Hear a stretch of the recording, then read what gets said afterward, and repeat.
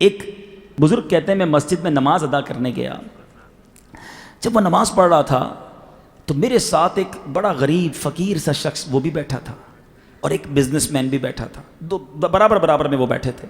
فقیر نے غریب نے ہاتھ اٹھائے اور اللہ سے دعا کی، یا اللہ مجھے فلاں قسم کا کھانا کھلا دے، فلاں قسم کا میٹھا کھلا دے.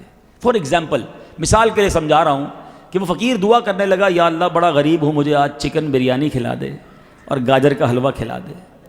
اب وہ دعا کیے جا رہا ہے. وہ جو تاجر برابر میں بیٹھا تھا نا، بزنس مین، وہ جیسے ہم لوگ کرتے ہیں، یہ جو دعا کر رہا ہے نا، یہ مجھے سنانے کے لیے کر رہا ہے، یہ اللہ سے نہیں مانگ رہا ہے، اس کو مجھ سے پیسے چاہیے. فوراً نیگیٹو. تاجر نے کہا مانگنے دو، میں نے بھی کام نہیں کرنا آج اس کا، یہ مجھے ہی سنا رہا ہے نا، میں نے کرنا ہی نہیں. وہ مانگتا رہا، غریب آدمی تھا. دعا کرنے کے بعد وہ مسجد میں ہی سو گیا. بزرگ کہتے میں دیکھتا رہا، تاجر بھی بیٹھا ہے، غریب سو گیا. تھوڑی دیر ہوئی تو مسجد میں ایک اور مزدور سا شخص آیا. اس کے ہاتھ میں ایک تھال تھا، تھال کے اوپر کپڑا ڈلا ہوا تھا. آ کر اس نے اس غریب کو اٹھایا. وہ غریب نیند سے بیدار ہوا، کہ بھائی میں آپ کے لیے کھانا لایا ہوں، براہ کرم کچھ کھانا کھا لیجئے. وہ بزرگ کہتے ہیں جب اس تھال سے کپڑا اٹھا تو یہ وہی کھانا تھا جس کی وہ دعا کر رہا تھا. اب وہ تاجر حیران، شاکڈ کہ یہ کیا ہوا. تاجر نے اس غریب بندے کو جو تھال لے کر آیا نا، اس کو پکڑ لیا. کہ ایک بات بتاؤ، تم اس بندے کو جانتے ہو؟ کہا نہیں، میں تو نہیں جانتا. پھر کیوں آئے اس کے لیے کھانا لے کر؟ اور ایگزیکٹلی یہی کھانا لے کر کیوں آئے؟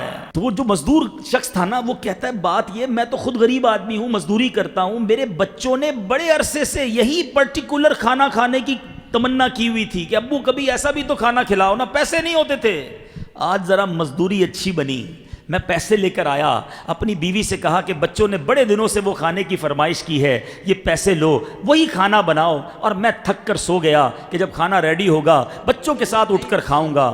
کہتا ہے آنکھیں بند ہوئیں، میری قسمت جاگ گئی. خواب میں کونین کے والی صلی اللہ تعالی علیہ وسلم تشریف لائے.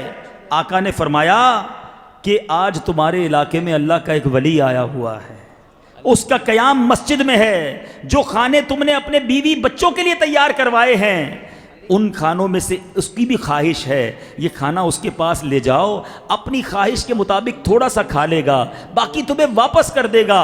اور سنو، میں تیرے لیے جنت کی ضمانت دیتا ہوں. کہتا میری تو لاٹری نکلی ہوئی ہے، آقا کی زیارت بھی ہوئی ہے، اللہ کے ولی سے ملاقات بھی ہوئی ہے، اور میں کھانا پیش کیا، اس نے تبرک بنا کر واپس بھی دے دیا، اب جنت کی بشارت بھی ہے. اب تاجر کیا کہتا ہے؟ بعض اوقات بزنس مین کہتے ہیں نا، پیسہ خرچ کریں گے ہم بھی نیکی کر لیں گے. ہر نیکی پیسے سے نہیں ہوتی، اللہ کی بارگاہ میں دل دیکھا جاتا ہے. وہ کہتا ہے یار ایک کام کرو، تم غریب آدمی ہو، اس کھانے پہ جتنا خرچہ کیا ہے نا وہ مجھ سے لے لو، ثواب میں میرا بھی حصہ ملا لو. کہتا ہے نبی پاک نے جو مجھے بشارت دی ہے میں تمہیں کیسے دے سکتا ہوں؟ کہتا 10 مسکال سونا لے لو، آج کی زبان میں سمجھ لیں 10 گرام سونا لے لو، مجھے اس ثواب میں تھوڑا حصہ دے دو، پارٹنر بنا لو. کہتا میں نہیں بنا سکتا. اچھا 20 مسکال، 30 گرام، 40 گرام، وہ 100 گرام تک پہنچ گیا. وہ غریب ضرور تھا مگر عاشق رسول تھا. ہاں، پیسے سے بکنے والا نہیں تھا. میں گدا ہوں اپنے کریم کا، میرا دین پا رہے نہ نہیں. وہ کہتا ساری کائنات کی دولت دے دو، آج جو نبی پاک نے مجھے بشارت دی ہے تمہیں اس میں حصہ نہیں دے سکتا. تاجر ہاتھ ملتا رہ گیا اور مزدور بازی لے گیا.